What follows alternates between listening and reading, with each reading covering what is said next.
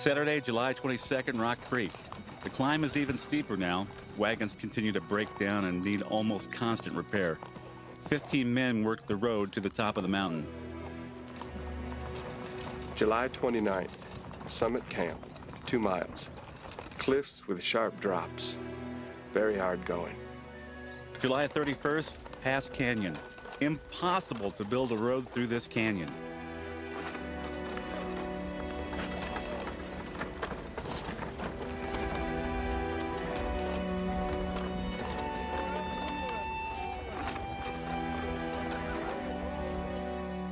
We had no hammers nor drill with which we could do anything with the stones.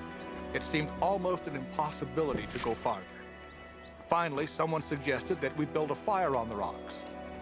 When the fire had died down, we found that as far as the heat had penetrated, the rocks were all broken in small pieces, which were soon removed with pick and shovel.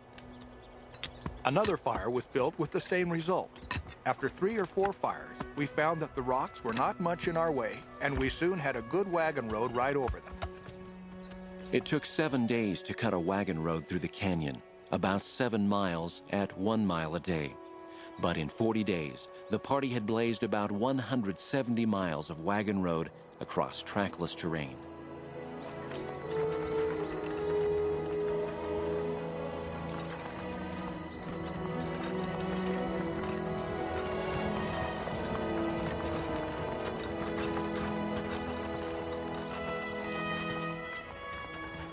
For the next 16 years, thousands of gold and land seekers traveled this route. Thousands of people, wagons, and livestock would come into California over the Mormon Trail. Thousands of weary immigrants would follow these battalion tracks.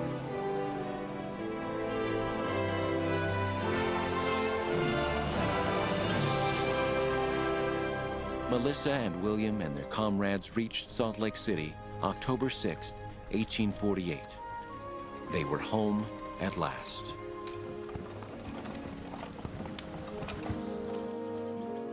Later that fall, Sarah Allen waited for Ezra's return.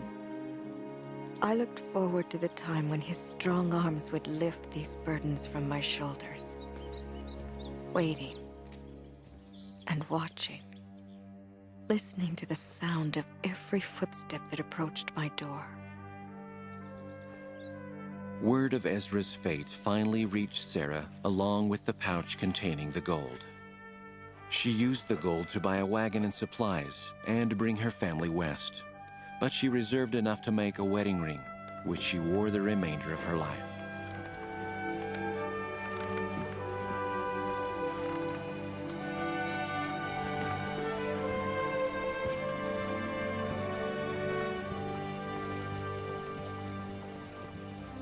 Back in Salt Lake, William's health was failing. It was diagnosed as tuberculosis, brought on by the rigors of the journey. Nothing could be done for him.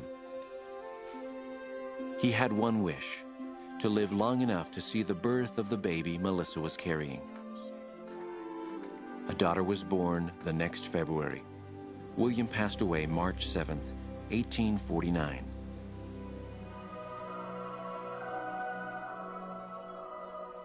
Looking back on my life, I do not feel to complain. I think my trials are great, but we have hopes of meeting again where we will not be subject to separation. So ended a history-making adventure. William and Melissa, Ezra and Sarah, as well as hundreds of others, paid a costly price for their faith. But the sacrifices they made live on. The country they explored, the cities they helped found, the roads they built, have become a legacy to future generations. Brigham Young's words were literally fulfilled. The Mormon Battalion will be held in honorable remembrance to the latest generation.